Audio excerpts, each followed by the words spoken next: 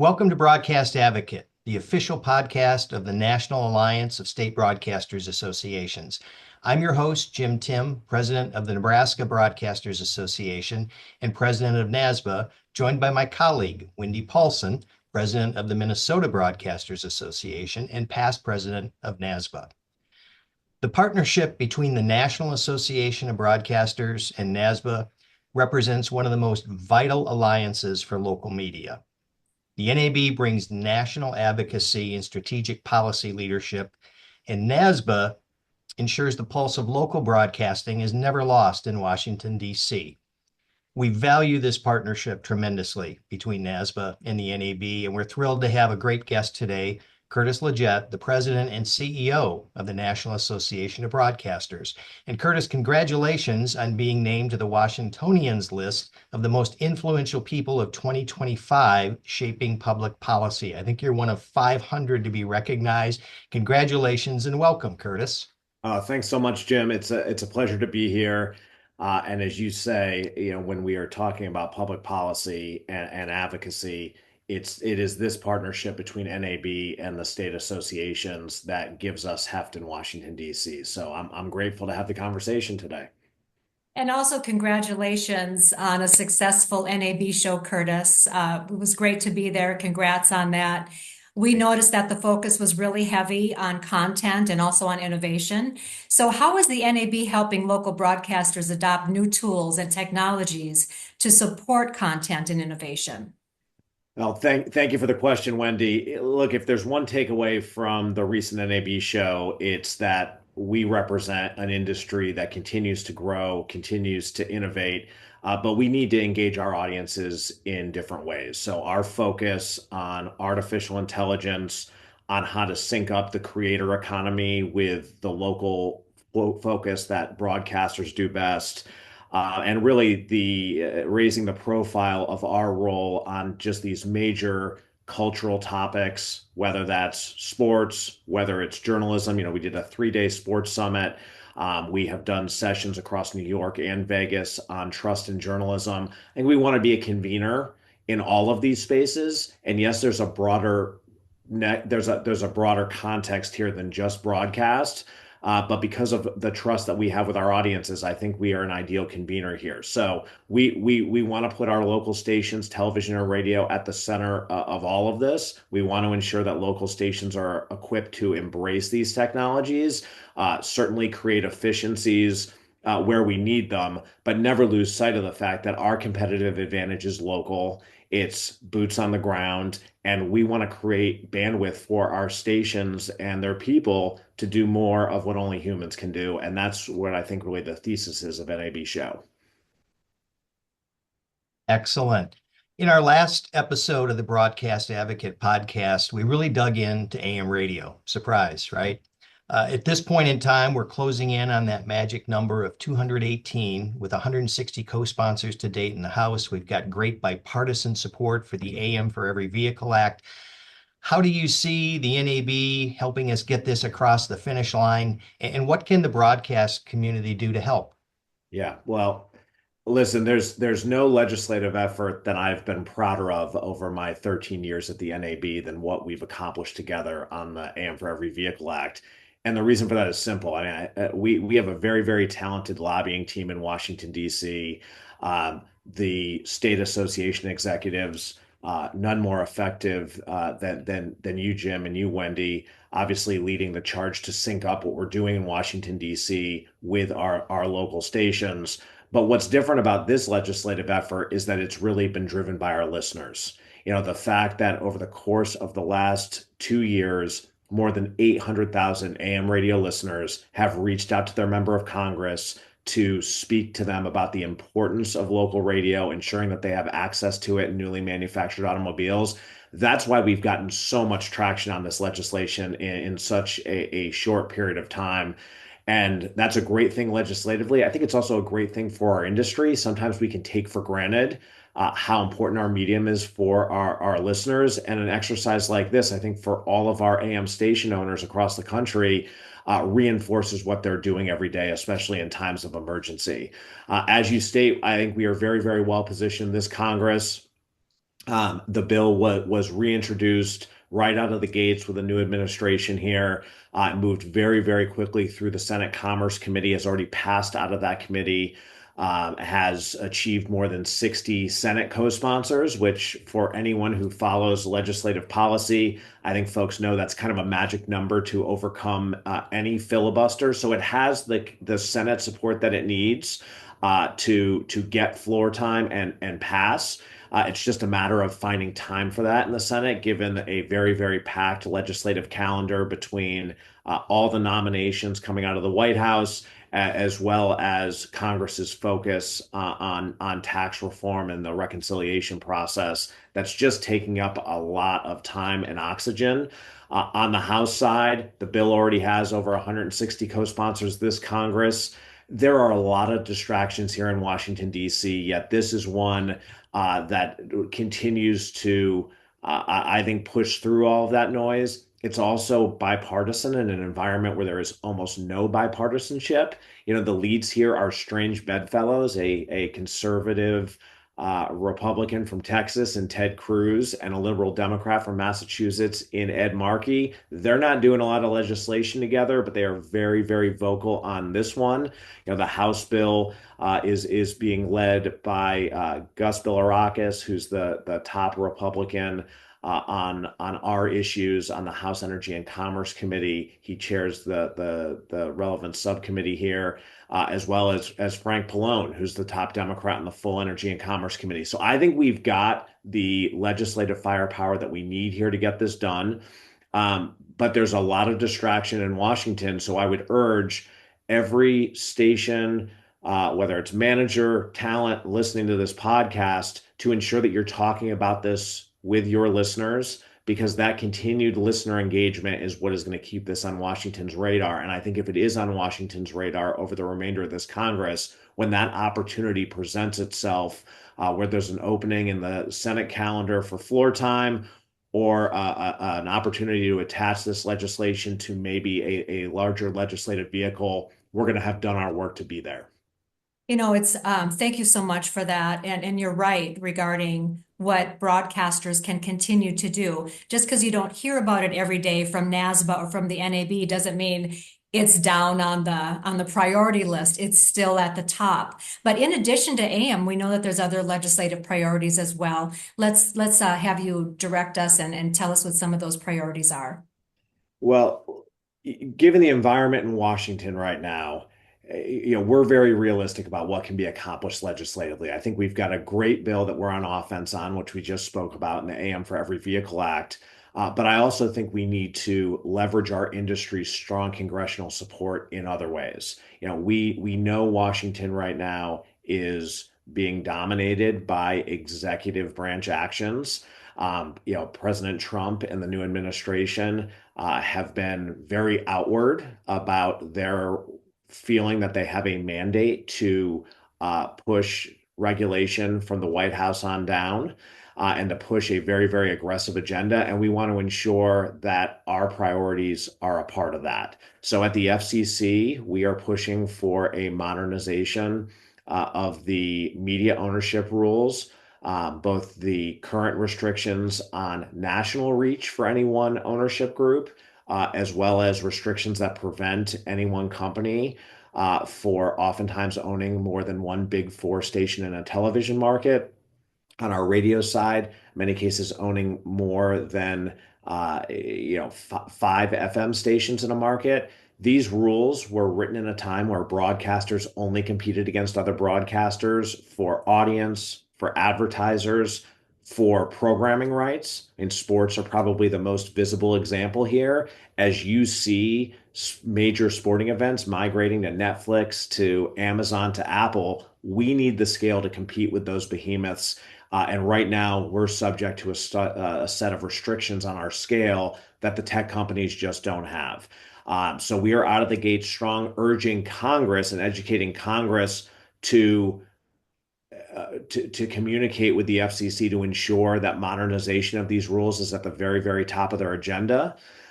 Similarly, we are pushing for some regulatory certainty around the ATSC 3.0 transition. This is next gen TV. for local stations across the country. That upgrade in our free over-the-air signal will enable our audiences to get a higher quality picture, immersive audio, more interactive content, more hyper localized content, again, doubling down on what we do best. But we need the FCC to put its imprimatur on this transition and really establish some firm deadlines. Congress is working very, very closely with the FCC on that. And then, look, the continued conversations around AI, the disruption posed to local journalism, local media, in the way that these tech companies utilize our content. That conversation is going to continue in Washington. I frankly think there's probably going to be more short-term legislative action in the states. So we've got to be engaged in all of that. You've referenced the climate and just a new administration and certainly a new way of doing things. So given this climate where it seems like partisanship often stalls legislative progress, what signs of momentum or collaboration are you seeing when it comes to advancing policies that support local broadcasters? Well, listen, I'm so grateful to represent this industry because I think by and large we don't get caught in those legislative or partisan crosshairs. This is a really, really difficult environment to not play for one team or the other. But the fact of the matter is, whether you are a Democrat, Republican, or independent, these members of Congress go back home and they see the value that their local broadcast stations, both television and radio, are providing to their constituents. Oftentimes, they want to get on the air on these stations. They understand how important we are to deliver their message. So I think just staying very, very close with these legislators at a local level will enable us to stay part of the legislative conversation. And look, backing out, we understand that the legislative area that Congress is focused on right now is going to be entirely driven by Republicans. It's an effort that both the House and the Senate are trying to put together around reconciliation, which is DC jargon for a set of legislative proposals. Here, it's going to be anchored around tax reform that allows the party in power to move legislation with a simple majority rather than 60 votes in the U.S. Senate. There are tax provisions that local broadcasters care a lot about, right?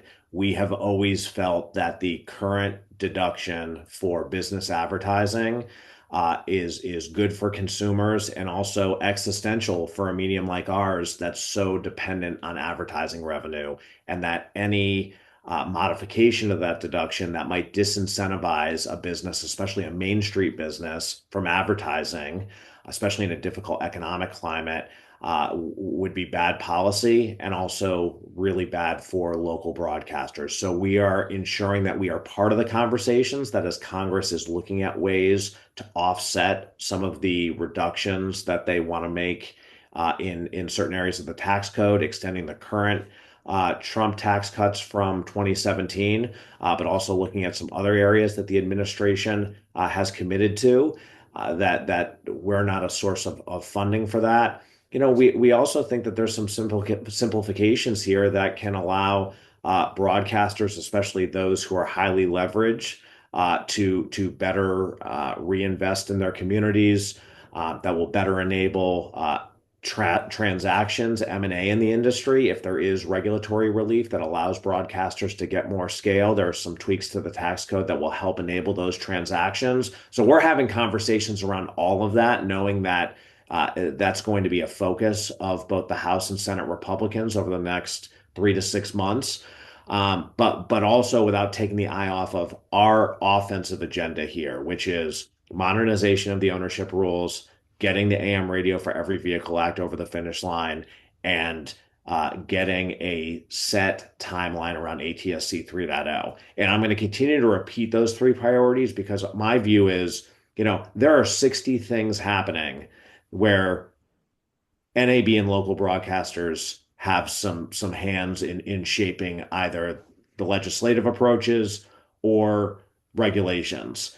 But if we're trying to put all of our effort into 60 different items in this environment where there is so much noise, so much partisanship, so much to be reactive to every single day, we're going to end up over 60.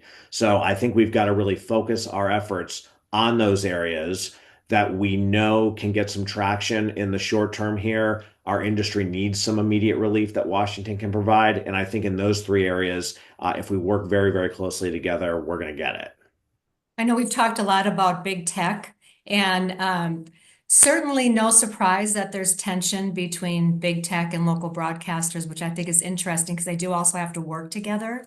So, when it comes to content, audience, and then even infrastructure, from your perspective, what is it that local broadcasters, besides local, what is it that local broadcasters have that big tech really wants?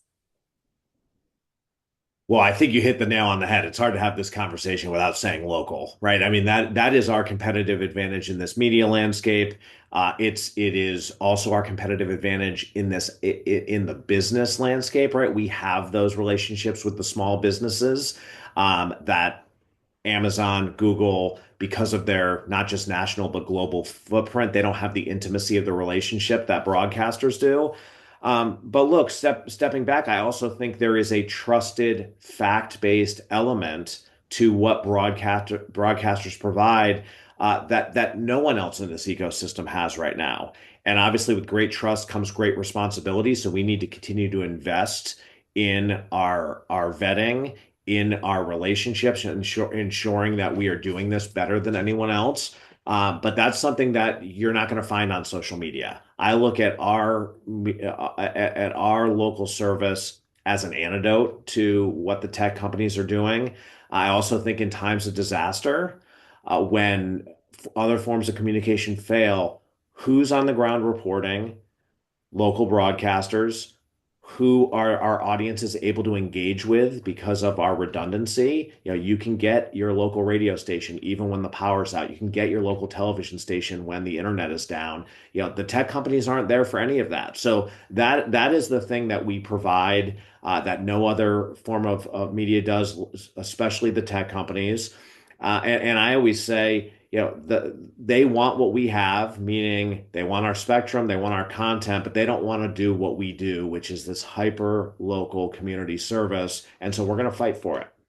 Excellent. And a quick follow-up on that, regarding NAB's responsibility, which you guys are doing a great job at. So when we go to Capitol Hill, we know that our lawmakers know the importance of local broadcasters, but how about reminding the public? So there's a local broadcast community that certainly knows what we do, but how can the NAB, or what is the NAB doing to make sure that just the general public knows how important local broadcasters are? Sure, we can never do enough, right? Let's be clear about that. But I do think the resources that we have put together through our We Are Broadcasters campaign, which are tools, digital assets, as well as advertising spots that are at the disposal of all of our local stations. They remind the public of exactly what a local broadcaster is, and what we are doing, especially in times of emergency, but where we stand in this very, very crowded journalism environment.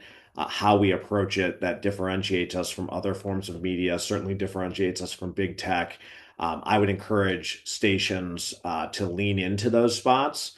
And then I would also say, as it relates to our specific issues, you know, we have the ability for our stations to go and run spots around our specific issues. And so whether that is our Depend on AM campaign, or whether it's our ownership tools that are available on our website, it's nab.org/ownership tools. What is great about those spots is they're not only about the substance of the particular legislative or regulatory acts that will enable local broadcasters to do more of what we do, but they are premised in the notion of what differentiates us in this very crowded media environment. So we have one set of spots that really sort of paints this distinction between big tech, disinformation, and the trusted service of local broadcasters. We have another that really focuses on the way the media landscape has evolved. Yet the rules that enable local broadcasters to invest in our newsrooms haven't changed at all. And if we're going to continue on this trajectory, local broadcasters are going to risk going the direction that newspapers in many communities have gone, which is the result of a not viable business model. Washington can do a lot to change that, but they're only going to react to the public understanding the importance of what we do. So I would encourage stations across the country to really lean into these assets. We allow customization, obviously, and we want these to be yours.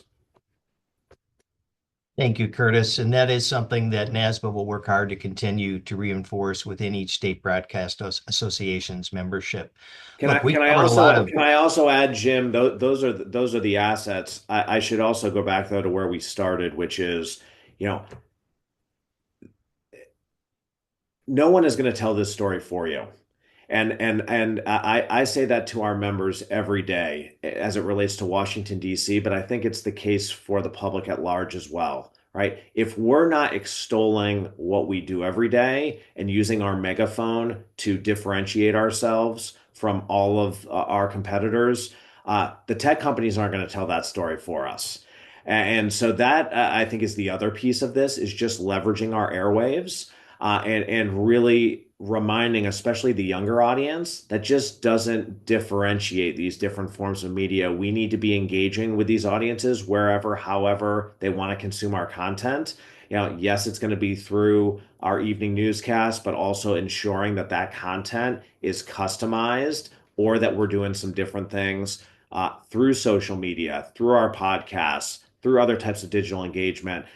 This is a 24/7 endeavor right now, and I would just really encourage our stations to lean into it because I think if we take our foot off the gas for a moment and we lose that very, very intimate relationship we have with our audiences, we're never going to regain it.